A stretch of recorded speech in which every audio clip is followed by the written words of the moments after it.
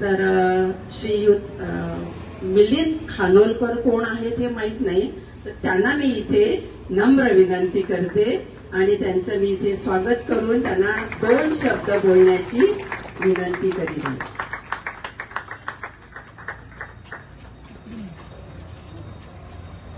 माझ्या मुळगावकर बंधू भगिनींनो, कालच्या एका व्हिडिओमध्ये मी सावधान हा शब्द वापरलेला आहे आणि तो इतका परिपूर्ण आहे की जर आपण सावधान नाही राहिलो तर आपल्या भूमिपुत्रांचा अंत, शेवट आपला समाज या वसई तालुक्यातून संपल्याशिवाय राहणार नाही. ताई म्हणाल्या, कोणाला सांगायचं, कोण ऐकणार, कोण काय करणार. मी गर्वानं नाही, परंतु मी एक सांगू इच्छितो की जर एकजूट आणि संघटना आपल्या मागे असली ना तर कोणती ताकद आपण नमवू शकतो ह्याची उदाहरणं 2-3 तुम्हाला मी देतो. हा आमचा रोस्टन डी सिल्वा, हे रोस्टन इथे, याचं 4-6 वर्षापूर्वी 2 बिल्डरनी 2 जेसीबी गुंड लावून अख्खी याचं कंपाऊंड फोडून याच्या जमिनीचा ताबा घेतला होता की नाही. आज तो मी वसईकर अभियान संघटने आणि आमच्या सारख्यांच्या मार्गदर्शनाखाली जे काय आम्हाला मार्गदर्शन करायची ताकद आहे त्याच्या खाली आज त्याची जमीन त्याच्या ताब्यामध्ये आहे. हे मला सांगायला का सांगतोय, हा मिलिंद खानोलकरचा हा मुद्दा नाहीये, हा एकजुटीचा मुद्दा आहे.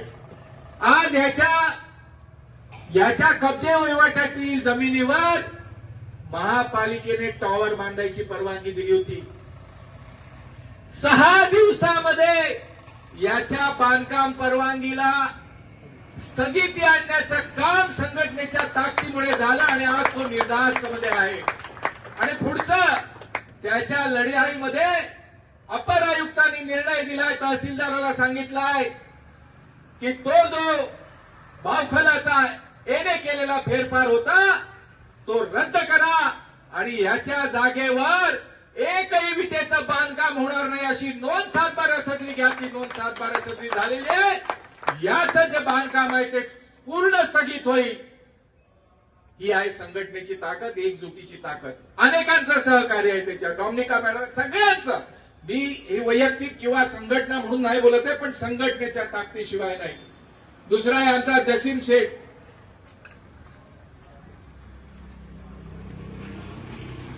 याच्या विकासकांनी ना सर्कल आणि तलाट्याला हाताशी धरून ना एका दिवसामध्ये ह्यांच्या कुटुंबांना कोणतीही नोटीस न देता यांच्या घरची 24 नावं 7/12 वरनं काढून टाकली.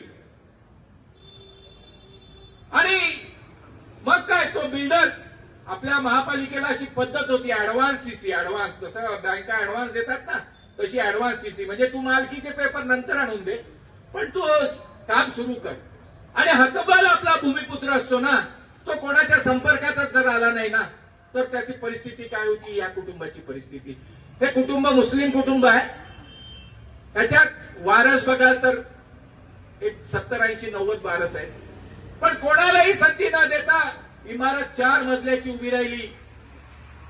आम्ही लढलो आणि मला सांगायला आनंद वाटतो की त्याची बांधकाम परवानगी महापालिकेने कायमची बंद केली,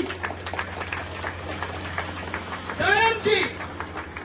आणि आमची लढाई शेवटपर्यंत आहे की कोणत्याही परिस्थितीत त्या जागेमध्ये टॉवर होणार नाही. भूमिपुत्राला त्रास दिलेला आम्ही सहन करणार नाही. तिसरे आहेत आमचे चाफेकर. पुढे पुढे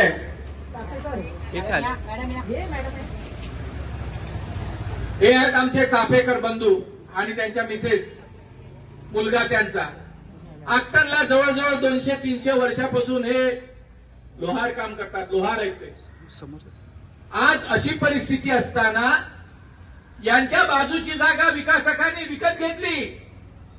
तिथे 7 गुंठ्यामध्ये बावखल आहे आणि 7 गुंठ्यातल्या बावखलात बांधकाम करता येणार नाही म्हणून गावठाणात यांचं घर आहे, गावठाणात बाजूला त्या यांच्या घरावर, गावठाणातल्या यांच्या घरावर महापालिकेनं परवानगी देऊन टाकली.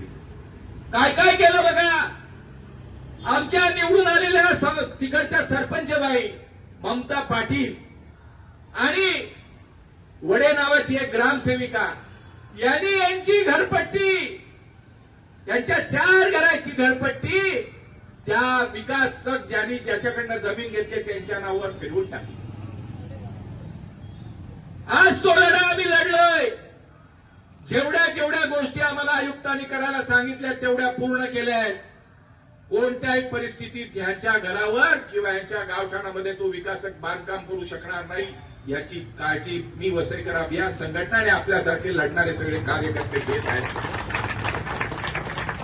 मला एवढंच सांगायचं आहे की अनेक लोक कुठून कुठून आले, कोण सतपाळाहून आले, कोण स्टेशनहून आले. माझ्याकडे 4-5 माणसं आहेत आपल्या विषयासाठी आणि त्यांची एक भूमिका आहे की ही वसई अशी हिरवळ राहिली पाहिजे. मुळगावकरांना मला सांगायला नको, मुळगावकर लढणारे मुळगावकर आहेत. माझं आयुष्य पण मी 65 सालापासून मुळगावमध्ये आहे. मधले काही वर्ष मी नवघरला राहत होतो 15 वर्ष, पण 65 पासून 85 आणि 2000 पासून आतापर्यंत 25 वर्ष मी मुळगावमध्येच आहे. मला माहिती आहे मुळगावकरांचा संघर्ष किती आहे. एक ताकद जी आपली आहे ती आज पण तहसील पासून सर्व कार्यालयामध्ये मुळगावचा विषय सांगितला की त्यांना 10 वेळा विचार करावा लागतो. हे लक्षात घ्या. आपण अनेक आंदोलनं लढली. जसं डॉमिनिका म्हणाले की पाणी आंदोलन आहे, गावाचं आंदोलन लढलं. छोटी मोठी मुळगावकरांनी अनेक आंदोलनं लढली. शेवटी लढल्याशिवाय पर्याय नाही हे लक्षात ठेवलं पाहिजे. आणि ही पद्धत काय माहिती, हा टॉवर उभारतोय मी, टॉवरच्या त्यांच्या वैयक्तिक बांधकामाच्या विरोधात नाही, परंतु आतापर्यंत पद्धत अशी होती की घ्या अडचणीतले विषय सोडून ते रेड्डी बसलेलाच आहे, आयुक्त बसलेलाच आहे, आम्हाला ठप्पा मारून द्यायला परवानगीचा. ते टॉवर बांधतायत ना, त्यांना माझी एक नम्र विनंती आहे की तुम्ही तुमच्या कागदपत्रांचा पुन्हा अभ्यास करा. तो जर तुम्ही केला नाही आणि हा टॉवर जर तुम्ही बांधकाम थांबवलं नाही तर आम्ही त्याचा अभ्यास सुरू केलेला आहे आणि तो अभ्यास आम्ही पूर्णत्वाला नेणार. कोणत्याही परिस्थितीमध्ये हा टॉवरची जी बेकायदेशीर आणि चुकीच्या पद्धतीने चुकीच्या जमिनीवर जी बांधकाम परवानगी दिलेली आहे ही बांधकाम परवानगी जर आपण सगळ्यांनी मिळून जर ती दाखवली ना तर निश्चितपणे रद्द केल्याशिवाय संघटना तुम्ही आम्ही मी सुद्धा राहणार नाही. माझी अजून एक विनंती, जसं जॉन म्हणालाय म्हणून इथे भाषण करून गेला असं नाही होता कोणा. डॉमिनिका मॅडम आहेत, सतपाळ्याहून काही लोक आलेले. हा लढा हा पुढे गेला पाहिजे गावागावामध्ये. आता आम्ही अख्खनला हा विचार करतोय, 7व्या विलेजमध्ये ही अशी मिटिंग लावायचा विचार करतोय. पुढे ती मिटिंग गिरीजमध्ये गेली पाहिजे, पुढे निर्मळमध्ये गेली पाहिजे, पुढे अजून कुठे कुठे करत करत ती अर्नाळ्यापर्यंत पोहोचली पाहिजे. ती जर पोहोचली तर या आजच्या आपल्या या सगळ्यांच्या आपण जे आज एवढे वेळ उभे राहून जे बघत आहात ना त्याचा कुठेतरी फायदा झाला आणि आपण भूमिपुत्रांना वाचवण्यात यशस्वी झालो असं होईल. ही लढाई इथे किंवा ठराविक अंतरावर जाऊन संपली ना तर मग हे सगळे ज्यांनी महिलांनी जे काही परिश्रम केले ना ते सगळे फुकट गेल्यासारखे.